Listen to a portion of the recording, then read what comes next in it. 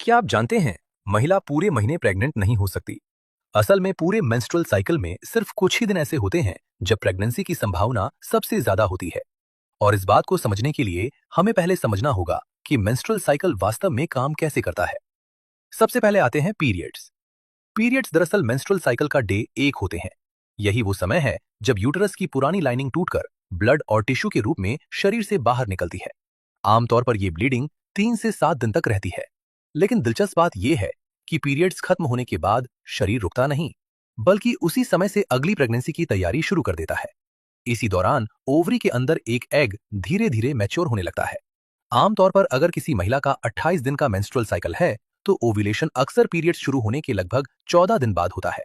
उदाहरण के लिए, अगर पीरियड्स 1 तारीख को शुरू हुए, तो ओव्यूलेशन लगभग 14 या 15 तारीख के आसपास हो सकता है।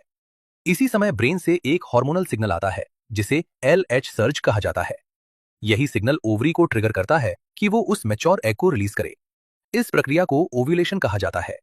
ओव्यूलेशन के बाद ये एग फेलोपियन ट्यूब में पहुंचता है और लगभग 12 से 24 घंटे तक ही जीवित रहता है।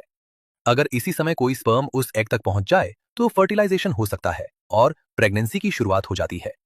लेकिन यहाँ एक और महत्वपूर्ण बात है। स्पर्म महिला के शरीर में 3 से 5 दिन तक जीवित रह सकते हैं। यही कारण है कि प्रेगनेंसी के लिए सबसे ज्यादा चांस होता है ओव्यूलेशन से 3 से 4 दिन पहले और ओव्यूलेशन वाले दिन। उदाहरण के लिए, अगर पीरियड्स 1 तारीख को शुरू हुए और ओव्यूलेशन लगभग 14 तारीख को होता है, तो प्रेगनेंसी के लिए सबसे ज्यादा चांस होगा 11, 12, 13 और 14 तारीख, और कभी कभी 15 तारीख को भी।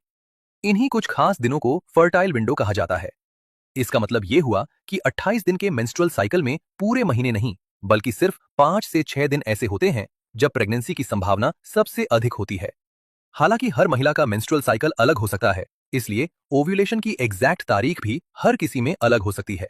और यही है मेंस्ट्रुअल साइकिल की असली साइंस।